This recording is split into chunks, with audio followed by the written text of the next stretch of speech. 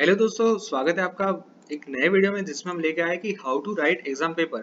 मैं आपको थोड़ी सी टिप्स और ट्रिक्स देना चाहता हूं कि उसकी मदद से आपको जीडी का एग्जाम का पेपर काफी अच्छे से काफी इजीली आप अच्छे मार्क्स के साथ पास आउट कर पाओ। ठीक है, अब सबसे पहले मैं आपको स्टार्टिंग में बता दूं कि जैसे ही आपके हाथ में क्वेश्चन पेपर आ जाए, स्टार्टिंग की 5 मिनट आपको क्या करना है कि स्टार्टिंग की 5 मिनट में आपको पूरा का पूरा क्वेश्चन पेपर एक बार पढ़ लेना है और आपको डिसाइड कर लेना है कि आप कौन से क्वेश्चंस अटेम्प्ट करने वाले हो आपकी आंसर शीट में।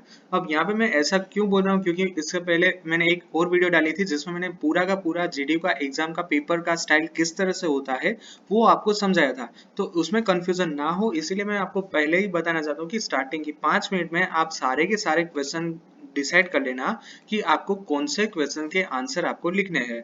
अब आपको क्या करना है, टाइम मैनेजमेंट किस तरह से करना है, 30 मिनट्स पर क्वेश्चन। यहाँ पे थोड़ा सा आपको समझने में थोड़ा सा यहाँ पे टाइपिंग मिक्स करके 13 मिनट्स ऑन वन क्वेश्चन, यानी कि आपके पास 5 क्वेश्चन होने वाले टोटल। एक क्वेश्चन के अंदर होंगे 3 क्वेश्चन, यानी कि 1A 1B 1C। इसी तरह से टोटल आपके 5 क्वेश्चन आएंगे और आपको हर एक क्वेश्चन के लिए 30 मिनट्स अलॉट करना है। यानी कि 30 मिनट्स आप 5 क्वेश्चन में डिवाइड करोगे तो आप इजीली आपका क्वेश्चन पेपर जो है अच्छी तरह से आंसर शीट में सारे के सारे आंसर्स लिख पाओगे। ठीक है, अब मैंने थोड़ा सा और ब्रेक डाउन कर दिया है स्ट्रक्चर को। आपके पास क्या होगा, A B C. Question number एक, कोई भी क्वेश्चन आप ले लीजिए, मैं इसको इरेज करके आपको फिर से लिख दूं। ठीक है, अब मान लीजिए कि आपने कोई भी क्वेश्चन लिया, क्वेश्चन नंबर 1 2 3 4 5। हर एक क्वेश्चन के अंदर 3 क्वेश्चन होने वाले हैं, 1A 1B 1C। और उसके मार्किंग किस तरह से होंगे, मार्किंग यहाँ पर जैसे मैंने दिखाया उस तरह से होंगे।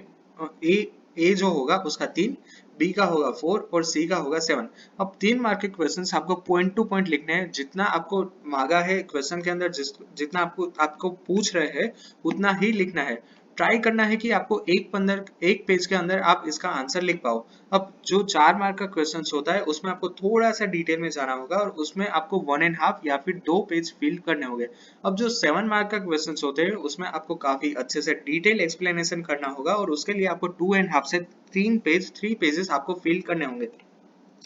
मैं आपको छोटा सा एग्जांपल दे दूं कि 3 मार्क के अंदर जनरली क्वेश्चंस किस तरह से होंगे, उसमें मोस्टली होंगे फॉर्मूलाज। उसके बाद आएंगे काफी डिफरेंट जो बड़े बड़े इक्वेशंस होते हैं वो। अगर आप मैथ्स के स्टूडेंट्स हो तो आप क्वेश्चंस में आ सकता है कि फूरियर सीरीज का पूरा इक्वेशंस आप लिख के प्रूव करके दिखाओ। दूसरा मैं एग्जांपल दे दूं कि फिजिक्स में है तो फिजिक्स में आपके पास आएंगे डेफिनेशंस। अगर आप डेटा स्ट्रक्चर के स्टूडेंट्स हो तो आपको 3 मार्क के अंदर पूछेंगे कि क्यू क्या होता है और क्यू के टाइप, कितने तरह के क्यू के टाइप्स होते हैं। तो इतने छोटे छोटे क्वेश्चन ही आएंगे 3 मार्क के अंदर। सो आपको पॉइंट टू पॉइंट आंसर देना है, जितना क्वेश्चन में मांगा है जितना पूछा है उतना ही लिखना है। अब 4 मार्क की बात करें तो मैं यहाँ पे फिर से आपको एग्जांपल दे दूं कि आप फिजिक्स के स्टूडेंट हो, उसमें से कोई भी छोटी सी थियरी आपको 4 मार्क के अंदर क्वेश्चंस में आ सकती है। अब 7 मार्क की बात करें तो 7 मार्क में काफी बड़ी थियरी होती है, काफी बड़ा कंसेप्ट होता है। अब मान लीजिए कि मैं आपको एग्जांपल ऑलवेज देता हूं क्योंकि एग्जांपल से ही आपको समझ में आता होगा, तो इसीलिए मैं ऑलवेज आपको एग्जांपल देने की ट्राई करता हूं। 7 मार्क के अंदर मैं आपको ये एग्जांपल देना चाहता हूं कि डेटा स्ट्रक्चर सब्जेक्ट्स के अंदर आपको पूरा का पूरा अनस्ट्रक्चर जो डेटा स्ट्रक्चर रहता है वो आपको प्रूव करना होगा, वो उसकी आपकी थियरी लिखनी होगी। तो ये आता है 7 मार्क के क्वेश्चंस के अंदर। तो इसी तरह से आपको आंसर्स लिखने होंगे। ठीक है, यहाँ पे मैं आपको एक इंपॉर्टेंट बात बता दूं कि आपको जो 7 मार्क का क्वेश्चन होता है उसके अंदर ज्यादा फोकस करना है, क्योंकि उसमें डिटेल में एक्सप्लेनेशन होता है। रादर देन 3 और 4 मार्क के क्वेश्चंस में क्या होता है कि उसमें कट टू कट होता है। अगर मान लीजिए कि आपको ए थियरी है उसका आंसर आपको लिखना होगा, तो आपके पास ए थियरी नहीं आती होगी तो 7 मार्क के क्वेश्चन के अंदर आप थियरी बी सी डी थोड़ा थोड़ा करके कुछ भी एक्स्ट्रा आप लिख सकते हो, कुछ भी मतलब डिफरेंट लिख सकते हो। बट 3 मार्क के क्वेश्चन के अंदर आपको जो भी पूछा होगा वही आपको आंसर करना होगा। यहाँ पे मैंने थियरी ए भी, मतलब वो कोई थियरी नहीं है, मैं जस्ट आपको सिंपली एग्जांपल दे रहा हूँ। ये आप कहीं पर सर्च मत करना वरना गूगल में आपको इसका आंसर नहीं मिलेगा।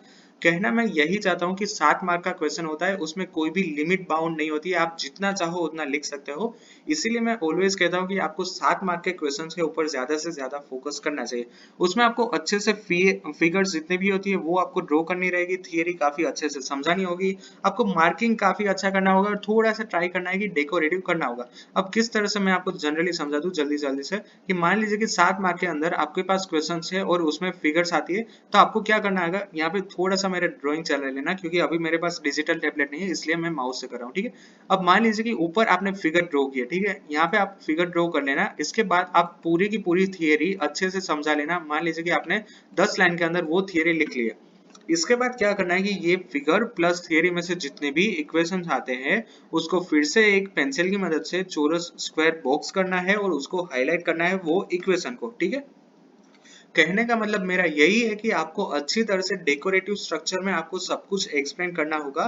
तो क्या होता है कि जनरली 7 मार्क के क्वेश्चन में से आपका जो एग्जामिनर पेपर चेकर होगा, पेपर चेक करने वाला, वो आपको 6 मार्क 5 मार्क देना चाहता होगा, बट आपने अगर अच्छे से डेकोरेटिव स्ट्रक्चर किया होगा तो वो 5 के बदले आपको 6 भी दे सकता है। इसीलिए मैं ऑलवेज फोकस करता हूँ कि आपको पेपर एट्रैक्टिव और डेकोरेटिव रखना होगा आंसर शीट।